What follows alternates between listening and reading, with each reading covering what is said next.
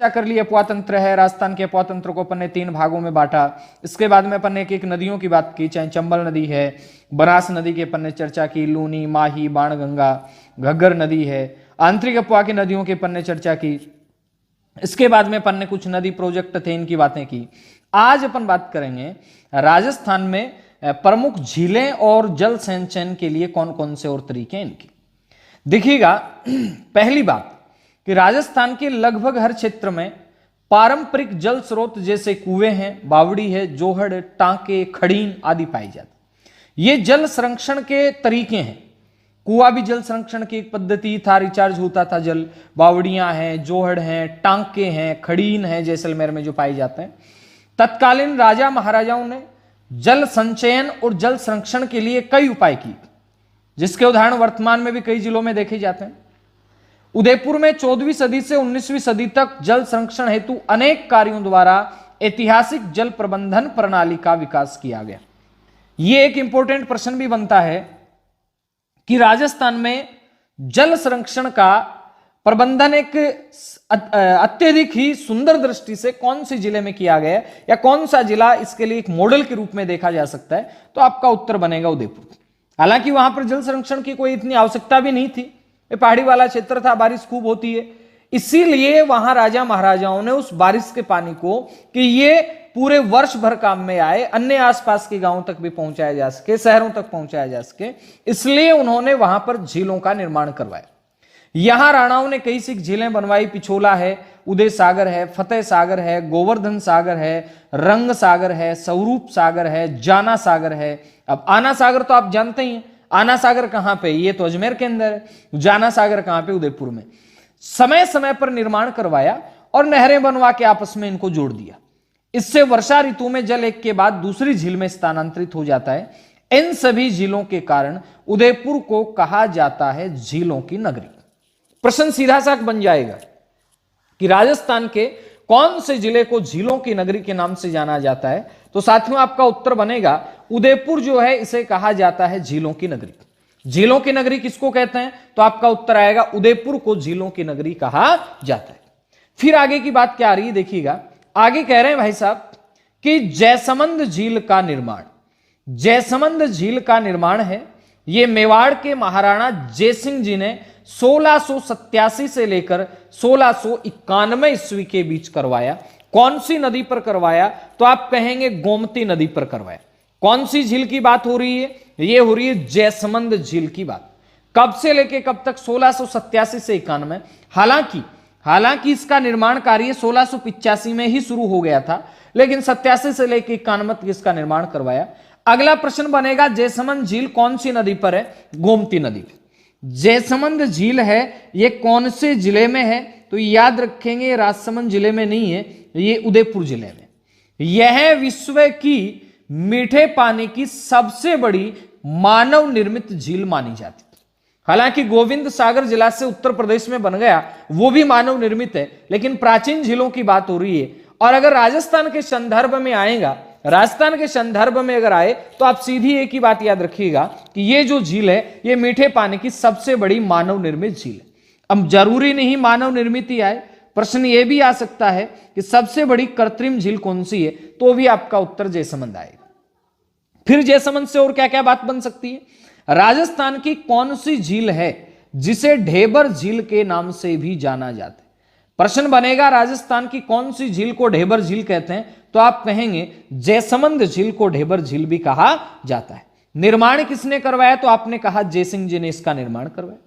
ये जो झील है, इस झील में 7 टापू हैं। कितने टापू हैं, 7 टापू हैं, 7। याद रखिएगा कितने टापू, 7। और 7 टापुओं में सबसे बड़ा टापू, यानी मैं यहां लिख देता हूं सबसे बड़ा जो टापू है वो कौन सा है।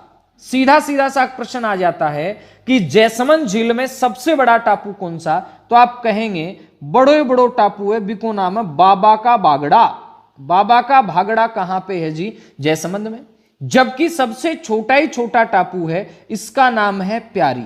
नाम ही प्यारी है, देखो प्यारी, प्यारी कौन सी है, प्यारी। सबसे छोटा टापू कौन सा है, तो आपका उत्तर आएगा प्यारी। और प्रश्न है सबसे बड़ा टापू कौन सा, तो आप कहेंगे बाबा का भागड़ा। यहां पे यहां पे विशेष प्रश्न और यह भी बनेगा कि जैसमंद जो झील है इसके पूर्व में एक कटा फटा पठार है। जैसमंद झील के पूर्व में कटा फटा पठारी क्षेत्र है और इस कटे फटे पठारी क्षेत्र को क्या नाम देते हैं? तो याद रखिएगा, उस कटे फटे पठारी क्षेत्र को लसाड़िया का पठार कहते हैं। कौन सा पठार कहते हैं भाई साहब? लसाड़िया का पठार इस कटे फटे पठारी क्षेत्र को कहते हैं। यहां पे दो नहरें हैं। कितनी नहरें हैं यहां पे? दो नहरें। कौन कौन सी दो नहरें हैं जरा गौर करना। नंबर एक नहर यहां पे आएगी, जगह नहीं है मैं लिख दूं, आप लिख लेंगे, श्यामपुरा नहर। कौन सी नहर? श्यामपुरा नहर कहां पे है? जैसमंद से निकाली गई है। और एक नहर आती है जिसका नाम है भाट नहर। श्यामपुरा नहर और भाट नहर ये कहां पे हैं? तो याद रखिएगा, श्यामपुरा नहर और भाट नहर ये दोनों की दोनों आपका जैसमंद झील में है। बात मुद्दे की यही आएगी कि मीठे पानी की सबसे बड़ी झील, इसी झील को ढेबर झील कहते हैं। दो टापू हैं मुख्य रूप से, बड़ा टापू बाबा का भागड़ा, छोटा टापू प्यारी। टोटल यहां पे 7 टापू हैं। टोटल कितने टापू हैं यहां पे? तो याद रखिएगा टोटल टापू यहां पे 7 हैं। कितने हैं भाई साहब? 7। कितने हैं? 7 हैं। ठीक है, चलें आगे चलते हैं। अब जैसमंद झील के बाद में अगली कौन सी झील की बात कर रहा है? ये बात कर रहा है अजमेर में स्थित पुष्कर झील। कौन सी झील? अजमेर के अंदर एक झील है और इस झील का नाम है पुष्कर झील। पुष्कर झील से क्या क्या प्रश्न बन सकते हैं, इन सभी प्रश्नों को अपन यहां पर देखने की कोशिश करेंगे। पहली बात, पुष्कर झील है कहां पे? तो साथियों आपका उत्तर आएगा कि पुष्कर झील है अजमेर में। इस झील को, पुष्कर को क्या कहते हैं? झील को नहीं, पुष्कर को कहते हैं तीर्थों का मामा। सीधा सीधा प्रश्न आ जाएगा कि तीर्थों का मामा किसे कहा जाता है? पुष्कर को। तीर्थों का मामा किसे कहते हैं? पुष्कर को कहते हैं। तीर्थों का तीर्थ किसे कहते हैं? तीर्थों का तीर्थ किसे कहा जाता है? तो भी आपका उत्तर आएगा पुष्कर को कहते हैं। तीर्थराज किसे कहते हैं? तो भी आपका उत्तर आएगा पुष्कर को कहते हैं।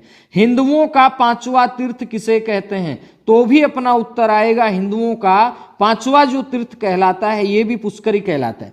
हिंदुओं का आदि तीर्थ किसे कहते हैं? तो भी आपका उत्तर आएगा पुष्कर को ही कहते हैं। अब सुनिएगा, बात अगर धार्मिक दृष्टि से करते हैं अपन, किस दृष्टि से?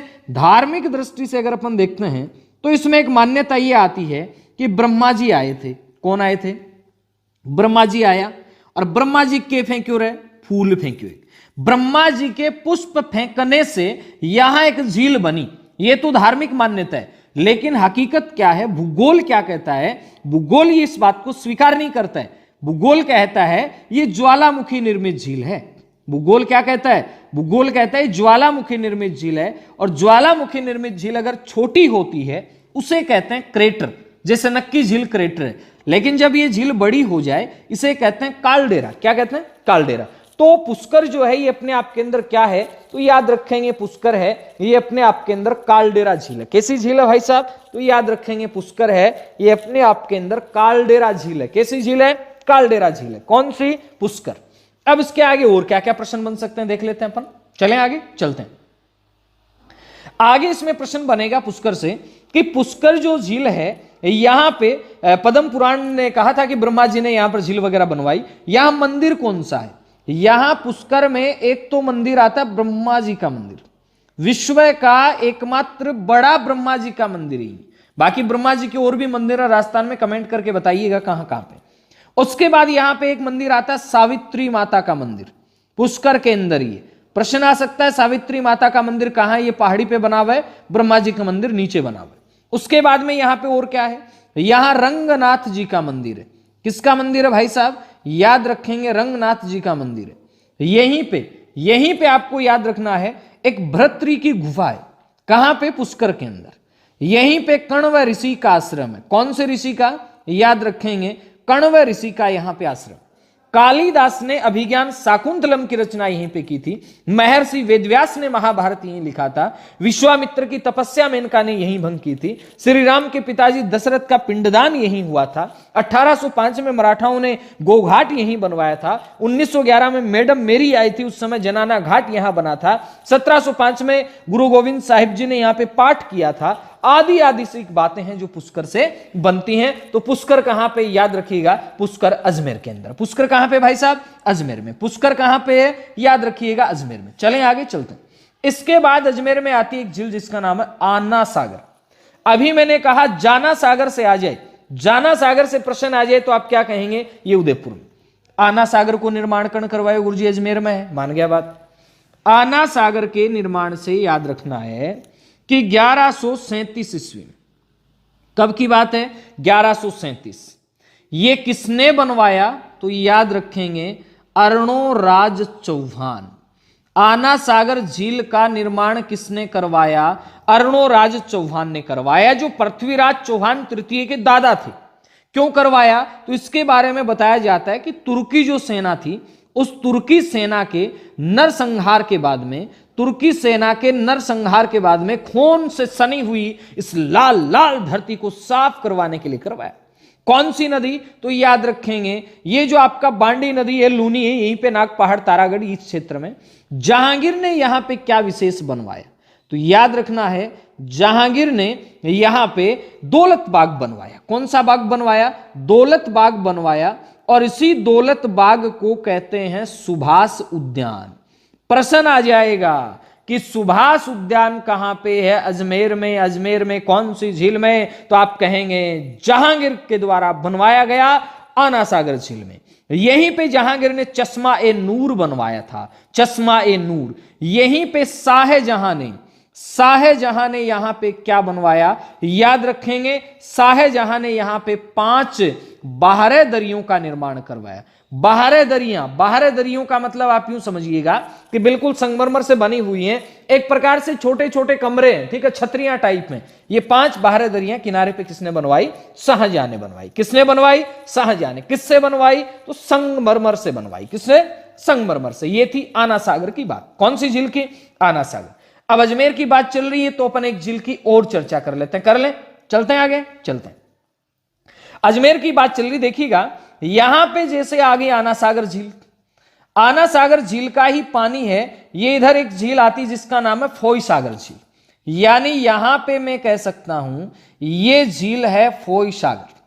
पहला और महत्वपूर्ण प्रश्न कि फोई सागर झील का निर्माण हुआ कब, 1891-92 में हुआ, यानी ये तो बाद में बनी है, बिल्कुल बाद में, अंग्रेजों के काल में बनी है।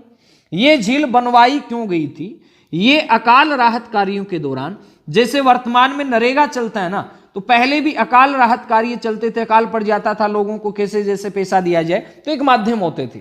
कौन से इंजीनियर ने बनवाई, तो अंग्रेज इंजीनियर के आधार पे। किसके आधार पे, अंग्रेज इंजीनियर के आधार पे इस झील का नाम फोई सागर झील रखा गया है। फोई था, बांडी नदी के किनारे बनवाई जाती है। तो अजमेर में मुख्य रूप से 3 झीलें, फोई सागर, आना सागर और आपका कौन सा, पुष्कर झील। और कौन सा, पुष्कर झील। चलें आगे, चलते हैं। अब देखिएगा इसके बाद में आगे ये कह रहे हैं भाई साहब कि आना सागर की अजमेर की प्रसिद्ध झील सिरोही के माउंट आबू में नक्की झील, जो राज्य में सर्वाधिक ऊंचाई पर स्थित प्राकृतिक झील है। अब नक्की झील से क्या क्या प्रश्न बन सकते हैं वो भी अपन लोग देख लेते हैं। नक्की झील से देखिएगा ज्यादा कोई विशेष प्रश्न नहीं है, लेकिन बहुत सारे प्रश्न हैं। पहला प्रश्न कि नक्की झील है कहां पे, आपने कहा गुरुजी अभी अभी बताया सिरोही में, चलो ठीक बात। दूसरा प्रश्न, प्राकृतिक शब्द आ गया ना, इसका मतलब ये प्राकृतिक ही है। ये किससे बनी है, ज्वालामुखी से बनी है, और ज्वालामुखी से बनी हुई एक छोटी सी झील है, और इसी कारण इसे कहते हैं क्रेटर। गुरुजी ज्वालामुखी क्या होता है, कैसे काम करता है, सुनिएगा। ये अपना जैसे धरातल है, नीचे जाने पर तापमान बढ़ता है। अब गरम गरम जो आपका तप्त पदार्थ निकलता है, अब वो इस प्रकार से निकलता है, जब धरातल के अंदर होता है तब उसे कहते हैं मैग्मा, और धरातल से जैसे बाहर आ जाता है इसे कहते हैं लावा। ये जैसे ही निकलना बंद होता है, इसके बाद में इसके मुख पर यहां पे खड्डा सा इस प्रकार हो जाता है, और ये एक झील बन जाती है। ये जो यहां झील बन रही है, इस झील में पानी, जब ये झील छोटी बनती है इसे कहते हैं क्रेटर, और जब ये क्रेटर बड़ा हो जाता है ना, तब इसे कहते हैं काल्डेरा। तो सिरोही के अंदर जो नक्की झील है, ये कौन सी झील है, तो याद रखेंगे ये क्रेटर झील। सिरोही की जो नक्की झील है ये कैसी झील है, आप याद रखेंगे क्रेटर झील। ये तो बात होगी लॉजिकल, लेकिन अपने को तो धार्मिक मान्यताओं पे भी चलना है। यानी धार्मिक मान्यताएं ये कहती हैं कि देवी देवताओं ने, किसने, देवी देवताओं ने नाखूनों से खोद खोद कर इस झील को बनवाया। यानी याद रखेंगे देवी देवताओं के नाखूनों से खुदी हुई झील कौन सी है, नाखूनों से खुदी हुई झील कौन सी है? तो याद रखेंगे साथियों, देवी देवताओं ने नाखूनों से खोद के कौन सी झील बनवाई? तो याद रखेंगे नक्की झील का निर्माण करवाए। अगली बात, देवी देवताओं ने नाखूनों से खोदी, अच्छी बात मान गए। तो मैंने यहां बताओ नाखूनों खुद सके कि झील कौन ही खुद है, लेकिन भाई मानना पड़ेगा, जैसी मशीन थोड़ी बांगन है, ये प्राकृतिक झील है, लेकिन मान्यताएं भी माननी पड़ती हैं। राजस्थान की सर्वाधिक ऊंचाई पर, ये तो अपन ने मान ली, लेकिन सर्वाधिक ऊंचाई के साथ साथ याद रखेंगे इसकी जो डेप्थ है, इसकी जो गहराई है वो भी सबसे ज्यादा है। यानी झीलों में सबसे ज्यादा गहरी झील कौन सी? यही ग्रासिया जो जनजाति है। कौन सी जनजाति? मैं यहां लिख देता हूं, ग्रासिया जनजाति अपने पूर्वजों की अस्थि विसर्जन यही करती है।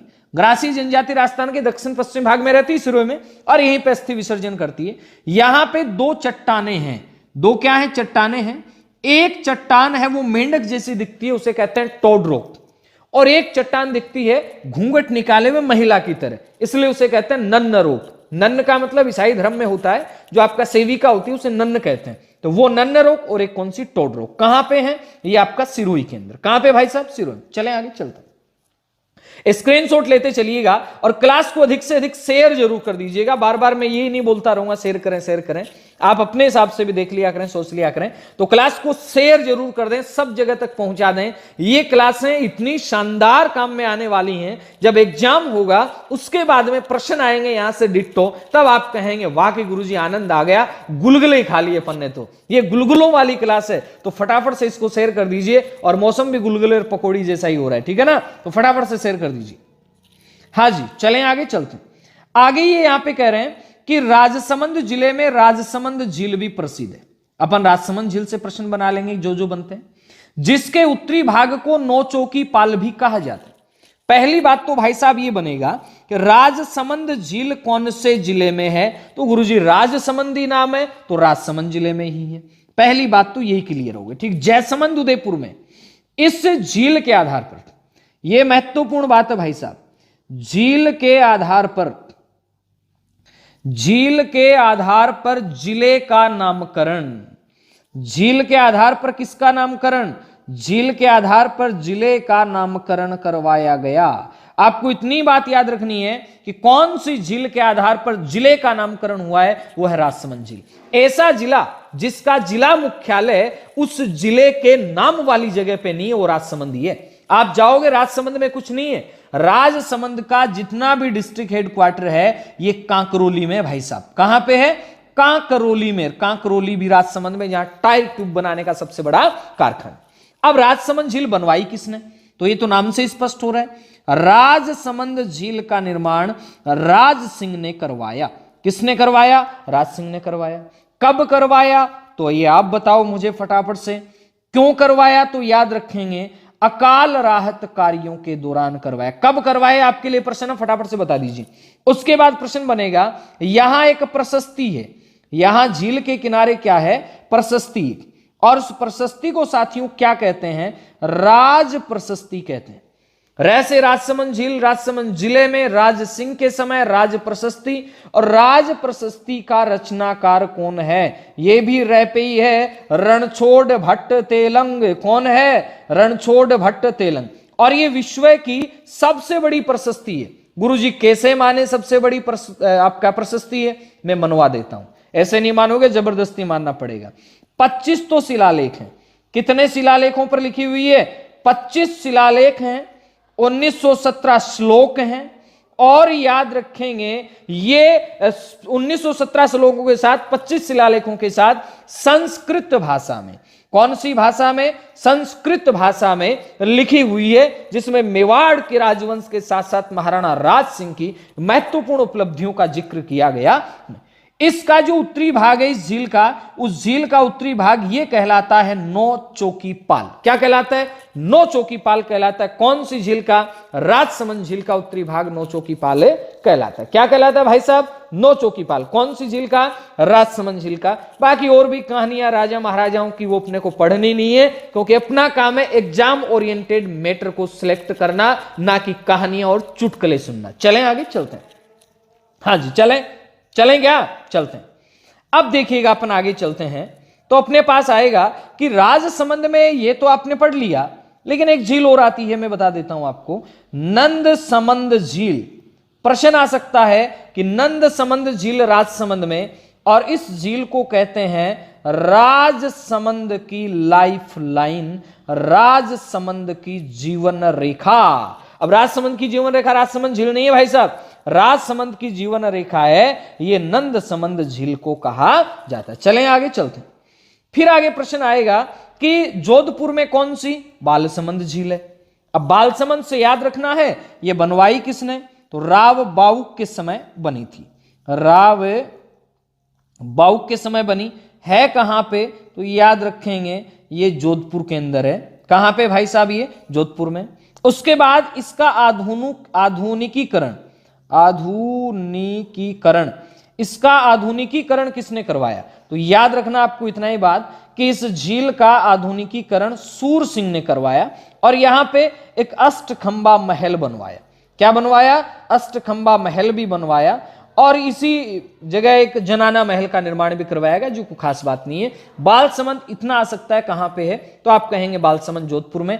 कैसे पानी की झील है, तो याद रखिएगा ये आपका मीठे पानी की झील है। कैसे पानी की, मीठे पानी की। चलें आगे चलते हैं। इसके बाद झील कायलाना। कायलाना से प्रश्न बनेगा कि मूलतः तो प्राकृतिक झील है, यानी मूल रूप से मूलतः कैसी झील है, प्राकृतिक झील है, लेकिन इस झील का आधुनिक जो स्वरूप है ये सर प्रताप के द्वारा कौन सी झील को आधुनिक स्वरूप दिया जाता है, कायलाना झील है। कहां पे, जोधपुर में है। और यहीं पे अपन कह सकते हैं माचिया सफारी पार्क है। कौन सा पार्क है, माचिया सफारी पार्क है। उमेद सागर झील भी कहां पे, जोधपुर में है। गढ़ सीसर कहां पे है, जैसलमेर में। गढ़ सीसर कहते हैं, गढ़ीसर भी मान लो। डूंगरपुर में गेप सागर है। बीकानेर में कोलायत है। कोलायत से प्रश्न बन सकते हैं, क्या क्या बन सकते हैं। कोलायत को कहा जाता है, दूसरा ले लेते हैं पेज अपन। हाँ जी, कोलायत से क्या क्या प्रश्न बनेंगे। पहला प्रश्न तो यह बनेगा कि कोलायत है कहां पे, अपन कहेंगे कोलायत झील बीकानेर में। दूसरा प्रश्न, इस झील का क्या नाम है। इस झील को कहा जाता है मरुस्थल का शुष्क उद्यान। मरुस्थल का क्या कहा जाता है, शुष्क उद्यान कहा जाता है। इस झील के किनारे किसका आश्रम है, कपिल मुनि का। कपिल मुनि कौन से वाले, वो ही वाले जिन्हें अपन सांख्य दर्शन का प्रणेता कहते हैं। इसी झील में याद रखना है कि कौन सी झील में दीपदान की परंपरा प्रचलित है। दीपदान की परंपरा के लिए कौन सी झील जानी जाती है, तो याद रखेंगे आपका कौन सी झील, कोलायत झील जानी जाती है। अगली महत्वपूर्ण बात, यहां पे चारण जाति के लोग नहीं आते हैं, चारण जाति के लोग नहीं आते। कैसे ही कोलायत है, कैसे ही कपिल मुनि है, तो याद रखेंगे कार्तिक पूर्णिमा के दिन मेला भी लगता है। हालांकि कार्तिक में मेला पुष्कर में भी लगता है, लेकिन कोलायत में भी कब लगता है, कार्तिक में लगता है। कौन से NH के किनारे है, NH 15 के किनारे है। कौन सी झील, कोलायत झील। ये आपका यहां से बनने वाले प्रश्न। अब बीकानेर की बात चल रही है, तो बीकानेर में एक झील और भी है जिसे अपन कहें गजनेर झील। कौन सी झील, गजनेर। कहां पे है, बीकानेर में। और गजनेर झील के बारे में कहा जाता है शुद्ध पानी का दर्पण। प्रश्न आ जाए कि कौन सी झील को शुद्ध पानी का दर्पण कहा जाता है, तो आप कहेंगे गजनेर झील को शुद्ध पानी का दर्पण कहा जाता है। यहां पे गंगा सिंह जी ने भी बहुत सारा सा काम करवाया था, और आगे फिर धीरे धीरे और भी होते ही रहते हैं। ठीक है, ये बीकानेर में दो जिले, कोलायत और गजनेर, कोलायत और गजनेर। इसके बाद में आगे चलते हैं, अलवर में सिलीसेट झील है। अलवर में कौन सी झील है, सिलीसेट। किसने बनवाई थी, याद रखेंगे सिलीसेट झील का निर्माण है ये महाराणा विनय सिंह जी ने करवाया था। किसने करवाया, विनय सिंह जी ने कौन सी झील बनवाई, तो आप कहेंगे सिलीसेट झील का निर्माण करवाया। चलें आगे चलते हैं। अब ये कह रहे हैं कि राज्य में मीठे पानी की झीलों के अतिरिक्त और भी झीलें हैं, जैसे जयपुर, अजमेर और नागौर। यहां पे सांबर झील है। अब सांबर झील से क्या क्या प्रश्न बनते हैं ये भी देख लें, बना ही लेते हैं अपन। प्रश्न छोड़ना तो है ही नहीं, जब तक छोड़ेंगे नहीं तब तक तोड़ेंगे नहीं। दशरथ मान जी की फिल्म का जो डायलॉग है वो याद रखना आपको, ठीक है। जब तक तोड़ेंगे नहीं तब तक छोड़ेंगे नहीं। छोड़ना नहीं है, छोड़ना कब नहीं है, प्रश्न को नहीं छोड़ना है, ठीक है ना, याद रखेंगे। जब तक तोड़ेंगे नहीं तब तक क्या नहीं करेंगे, छोड़ेंगे नहीं। अब सांभर झील से प्रश्न क्या क्या बना सकते हैं। पहली बात, सांभर जो झील है इसका निर्माण किसने करवाया, पहला प्रश्न ये बन रहा है कि सांभर झील का निर्माण किसने करवाया। तो भाई साहब आप कहेंगे इस झील का निर्माण वासुदेव चौहान ने करवाया। चलो अच्छी बात है, कब करवाया, 550 ईस्वी में करवाया, मान गए बात। यहां पे मुख्य बात कौन कौन सी नदियां आके अपना जल डालती हैं, मेंथा भी आती है, खारी भी आती है, रूपनगढ़ भी आती है, खंडेल नदी भी आती है। इसके अलावा यहां पे छोटे छोटे नाले, त्योंदा का नाला, जपोक का नाला, नड़ियासर का नाला, बांडी का नाला, देवयानी का नाला आदि आदि, ठीक है। उसके बाद में याद रखेंगे राजस्थान की, क्या याद रखना है, राजस्थान की सबसे बड़ी खारे पानी की झील है। राजस्थान की सबसे बड़ी खारे पानी की झील कौन सी है, तो याद रखेंगे सांभर झील है। एशिया का सबसे बड़ा अंत प्रवाह का क्षेत्र भी कौन सा है, तो याद रखेंगे आपका कौन सी झील, सांभर झील।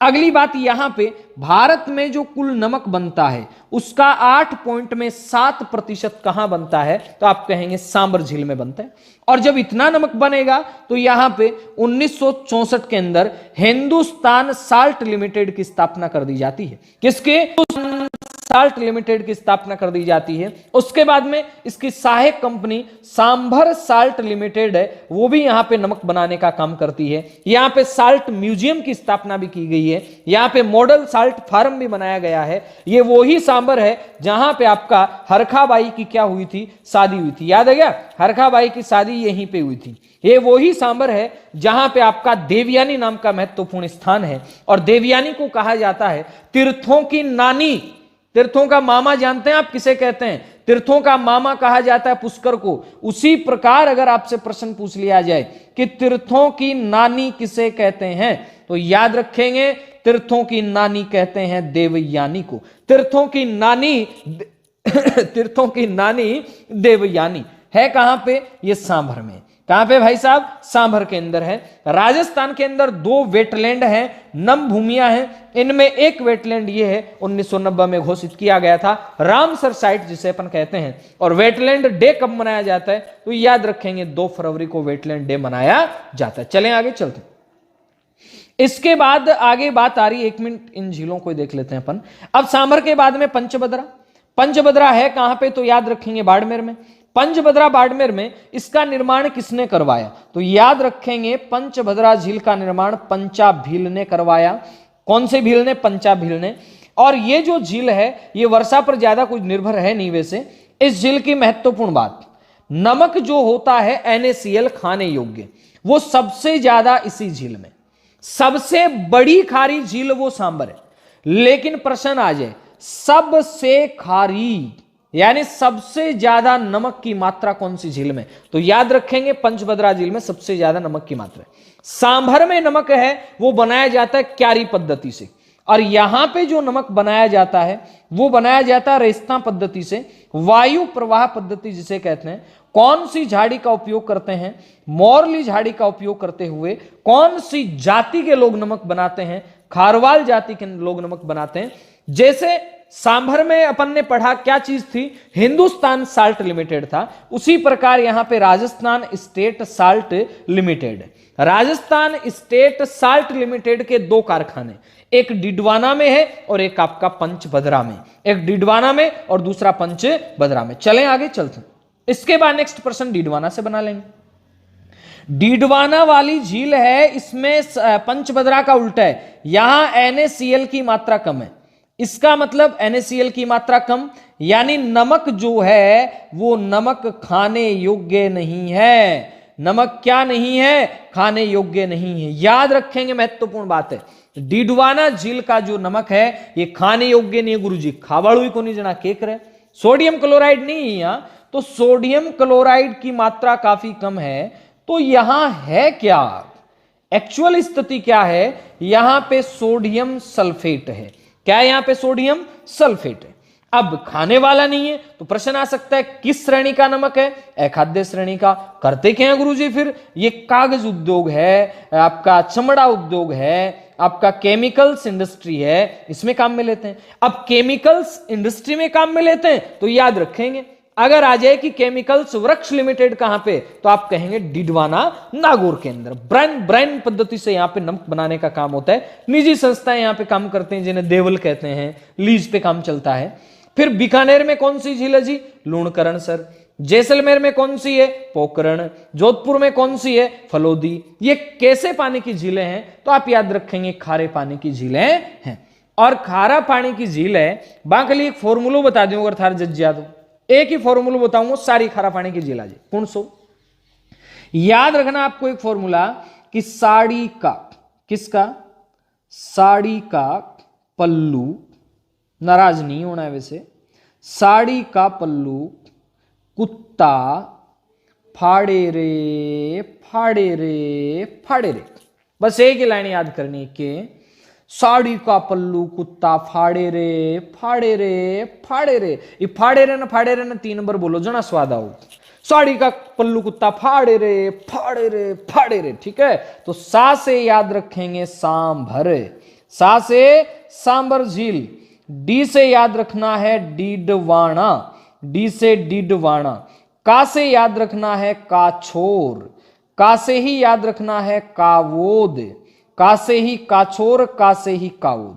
पै से याद रखना है पंचपदरा, पंचपदरा। लू से याद रखना है लूण करण सर, लूण करण सर।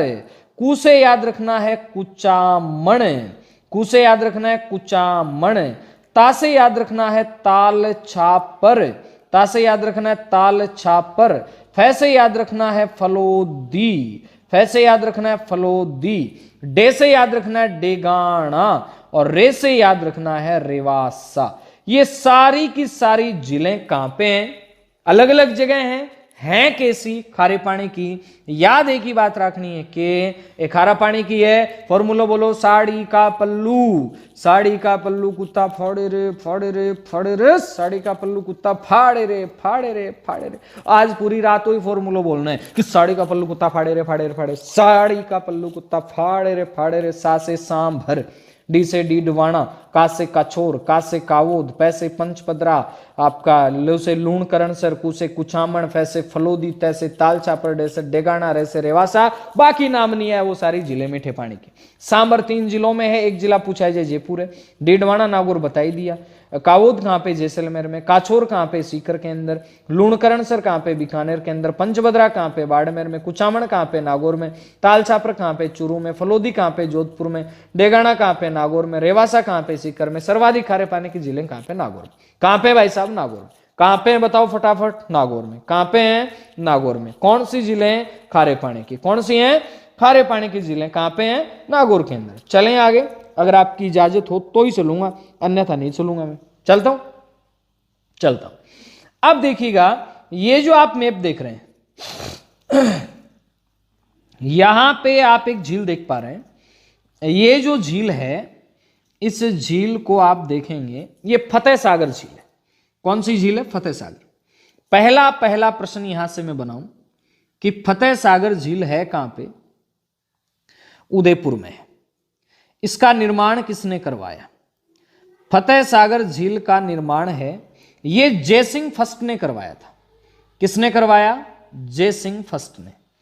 इसी झील का जो नींव थी वो रखी थी Duke of Connaught, Duke of Connaught ने, इसलिए इसे कनॉट बांध भी कहते हैं। यह निर्माण कार्य लगभग 1678 में हुआ था। अब गुरुजी फतेह सागर नाम क्यों पड़ा? फतेह सागर नाम पड़ा पुनः निर्माण के आधार पर। पुनः निर्माण किसने करवाया? नाम से स्पष्ट हो रहा है, पुनः निर्माण फतेह सिंह जी करवाते हैं।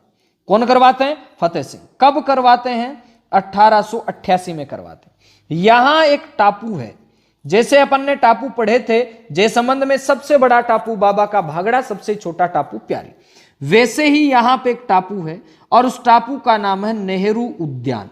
क्या नाम है इस टापू का? नेहरू उद्यान। यहीं पे याद रखेंगे, यहीं पे एक सौर वेधशाला, प्रश्न आ सकता है कि सौर वेधशाला कहां स्थापित करवाई गई है, तो आप कहेंगे सौर वेधशाला आपका फतेह सागर उदयपुर के अंदर। उसके बाद में यहीं पे याद रखना है एक सौर दूरबीन, सौर दूरबीन जिसका नाम है मास्ट। और ये जो मास्ट है ये किसके सहयोग से? तो याद रखेंगे ये फ्रांस एवं बेल्जियम के सहयोग से स्थापित करवाएगी। यहीं पे मोती मगरी है, ये जो आप देख रहे हैं मोती मगरी, महाराणा प्रताप का यहां पे स्मारक है। यहीं फतेह सागर में याद रखेंगे सहेलियों की बाड़ी। किसकी बाड़ी? तो मैं यहां लिख देता हूं, यहां पे है सहेलियों की बाड़ी। अब सहेलियां की बात आओ तो राणा सांगा को तो इतनी फुर्सत थी नहीं, फर्स्ट को तो संग्राम सिंह फर्स्ट जिसे कहते हैं कि सहेलियां की बाड़ी बनवाओ। किसने बनवाई सहेलियों की बाड़ी? संग्राम सिंह द्वितीय ने। संग्राम सिंह द्वितीय ने सहेलियों की बाड़ी बनवाई। यहीं पे याद रखेंगे, यहीं पे नीचे भी दिखाता हूं मैं आपको, फतेह सागर और पिछोला को जोड़ने वाली जो है वो स्वरूप सागर झील है। कौन सी झील है? स्वरूप सागर। तो फतेह सागर में नेहरू उद्यान याद रखना है, सौर वेधशाला याद रखनी है, सौर दूरबीन याद रखनी है। पुनः निर्माण फतेह सिंह ने करवाया, पहला निर्माण जय सिंह ने करवाया, कनौट ने नींव लगाई, इसलिए इसे कनौट बांध कहते हैं। और यहां पे सहेलियों की बाड़ी है। किसकी बाड़ी है? सहेलियों की बाड़ी। चलिए आगे चलते हैं। अब देखिएगा, आप देख पा रहे हैं, यानी फतेह सागर और पिछोला, इन दोनों के बीच में ये जो झील देख पा रहे हैं, ये कौन सी है? स्वरूप सागर झील है। कौन सी झील है? स्वरूप सागर झील है। इसके बाद में यहां पे आप देख पा रहे हैं कि रंग सागर झील भी, इनका क्रम नहीं आएगा, 22 आ जाए तो आप याद रखिएगा। अब बात करते हैं पिछोला झील की। कौन सी झील की? पिछोला। पिछोला झील में ज्यादा कोई लंबे चौड़े प्रश्न नहीं है। पहला प्रश्न मैं यहां बनाता हूं, इसका नाम पिछोला क्यों पड़ा जी? पिछोला पड़ा पिच्छू बंजारे के नाम के आधार पर। पिच्छू बंजारे ने इसका निर्माण करवाया। लगभग ये 14वीं शताब्दी की बातें हैं, 1387 ईस्वी का लगभग बताया जाता है। कौन से राणा थे इस समय? राणा लाखा के समय। अब क्यों करवाया गुरुजी? तो याद रखेंगे, एक बेल की याद में, बेल मर गया तो इसने यहां पे क्या करवाया? झील का निर्माण करवाया। फिर प्रश्न आएगा, झील का पुनः निर्माण किसने करवाया? तो याद रखेंगे, पुनः निर्माण राणा सांगा ने करवाया। राणा सांगा का मतलब याद रखें, संग्राम सिंह फर्स्ट। राणा सांगा ने यहां पे निर्माण करवाया।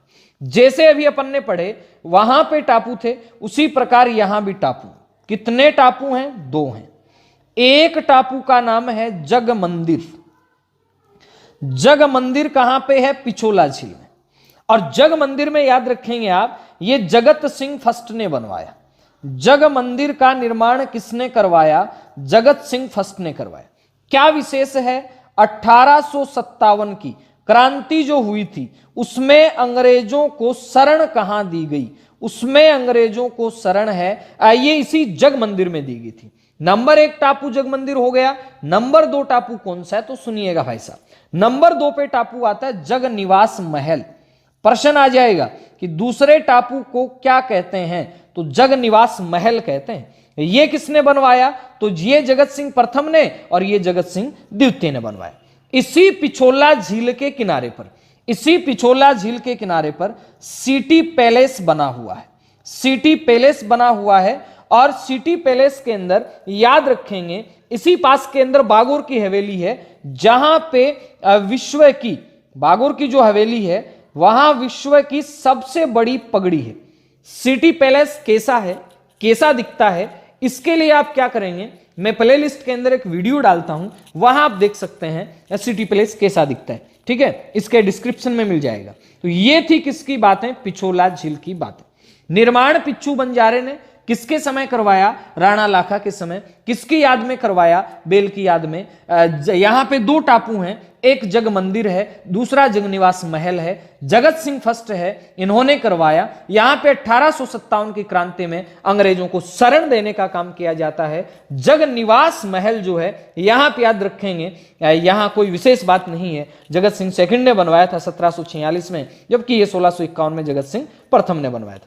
किनारे को पक्का किसने करवाया? उदय सिंह ने। किनारे को पक्का किसने करवाया? तो याद रखेंगे, उदय सिंह ने करवाया।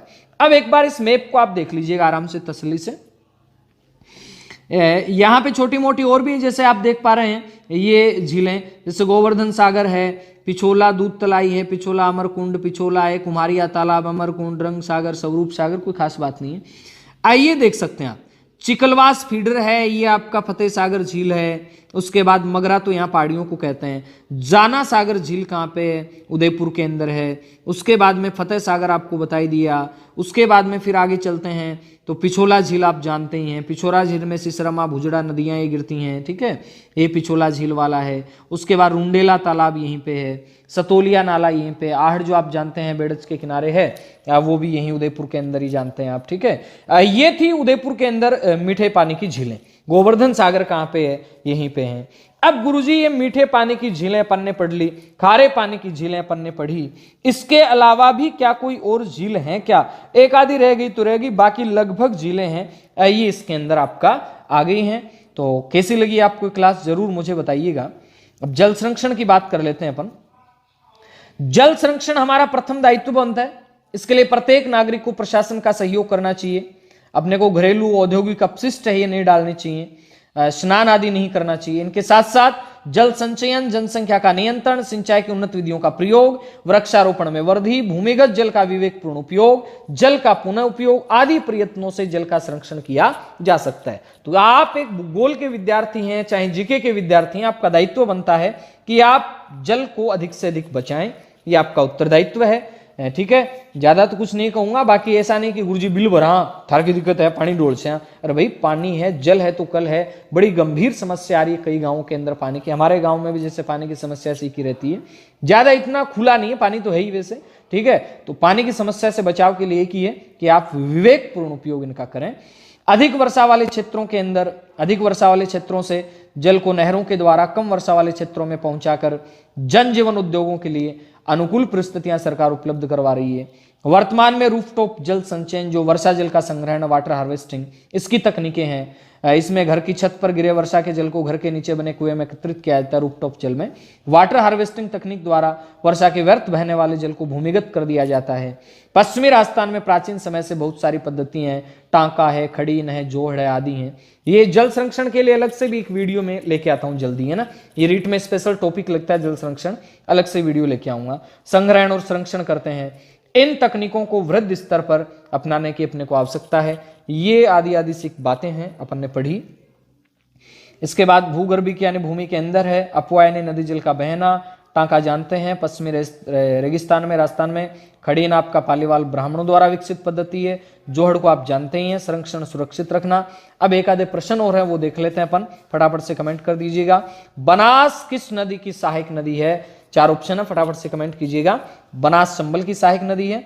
और इसके बाद में दूसरा प्रश्न है, माही बजाज सागर परियोजना कहाँ विकसित की गई है? फटाफट बताइए। ये बांसवाड़ा जिले में है, बाकी आप जानते ही हैं। तो कैसी लगी आपको क्लास? अगर क्लास अच्छी लगी है तो आप जाते जाते इसको लाइक करें। लाइक करने के बाद दूसरा काम है कमेंट करें। तीसरा काम है पहली बार विजिट करें तो सब्सक्राइब करें।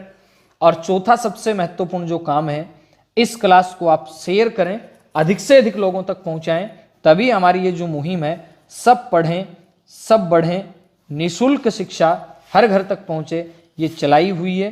क्योंकि